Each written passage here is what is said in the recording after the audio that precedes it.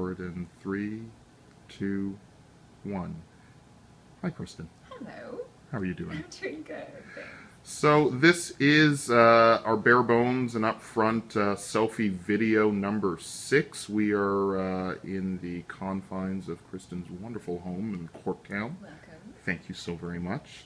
One of the things that I ask in these videos, and that's continuously come up, is the question of why Toronto? Why not Ottawa or Montreal or Vancouver or Nashville or New York?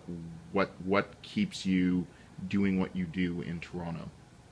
I mean, I guess I just love it. It's my home. I grew up in London, so it wasn't too far away, so I spent a lot of time in Toronto anyway.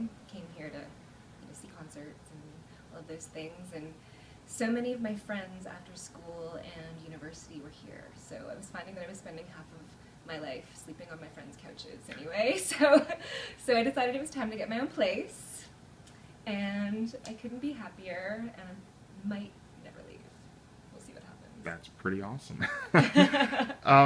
The music that you create, what inspires you? What allows you to create what you create? I mean, at risk of sounding a little bit cheesy, like magic. And that's sort of the space that I have to be in order to be able to write, where, I can separate myself from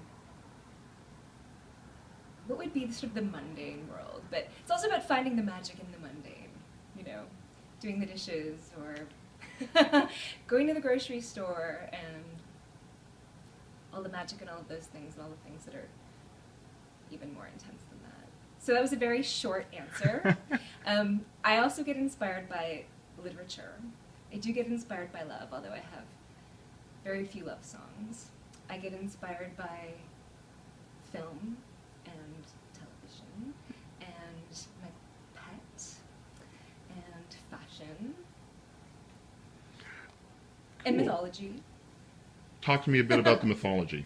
Well, I did study mythology in university, and I was always sort of fascinated by stories since I was little, and I've always been a storyteller, and I find that I tell stories even in my instrumental pieces. There has to be some sort of story attached. So instead of saying magic in the beginning, I guess I should have said magical stories. A couple songs on my albums are inspired by various tales in mythology. There's a story about Oleander, who had to swim the frigid waters to be with his love, and some bad things went down. And there's a story about a guy named Prince Pool of Prydri, or however you pronounce all those Welsh names with the consonants in a row, gallivanting upon the moors. And that song's called Badger in the Bag. I'm going to play that for you, actually. I'm going to play that one. And poetry. I have a song inspired by Samuel Taylor Coleridge's poem, oh my gosh, The Kubla Khan, and how that poem saved my life. Very cool. So many things.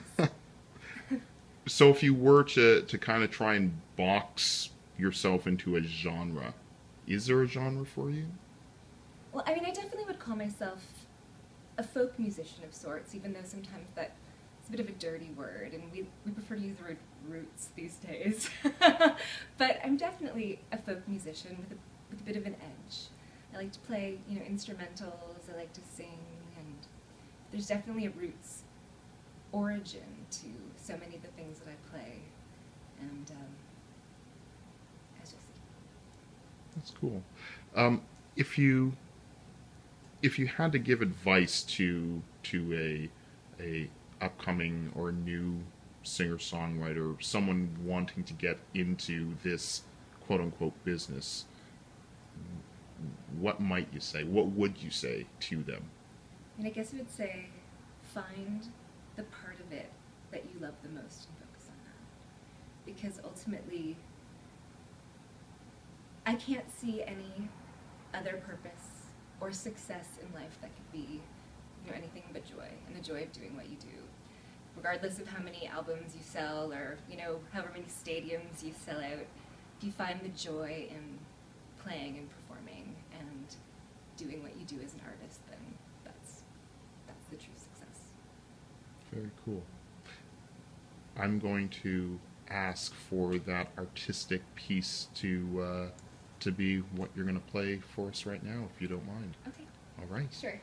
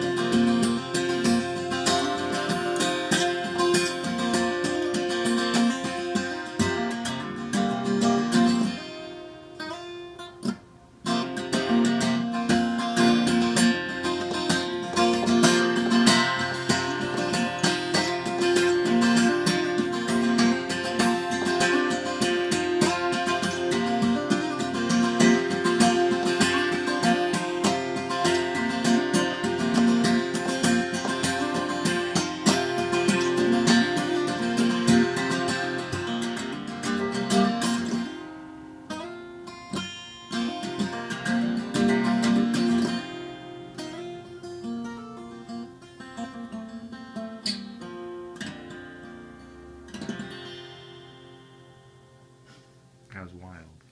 Thank you. Give us the backstory of that story. Okay, well, I did talk about it briefly.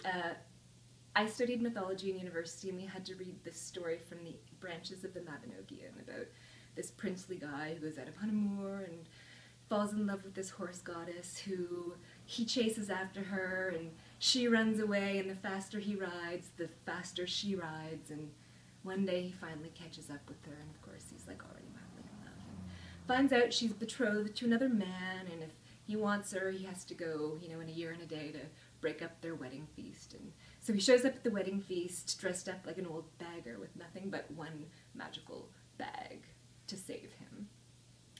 And so, anyways, one thing leads to another until they're all out on the lawn playing a game called Badger in the Bag, and we aren't really sure what that means. It might be a metaphor. Very cool.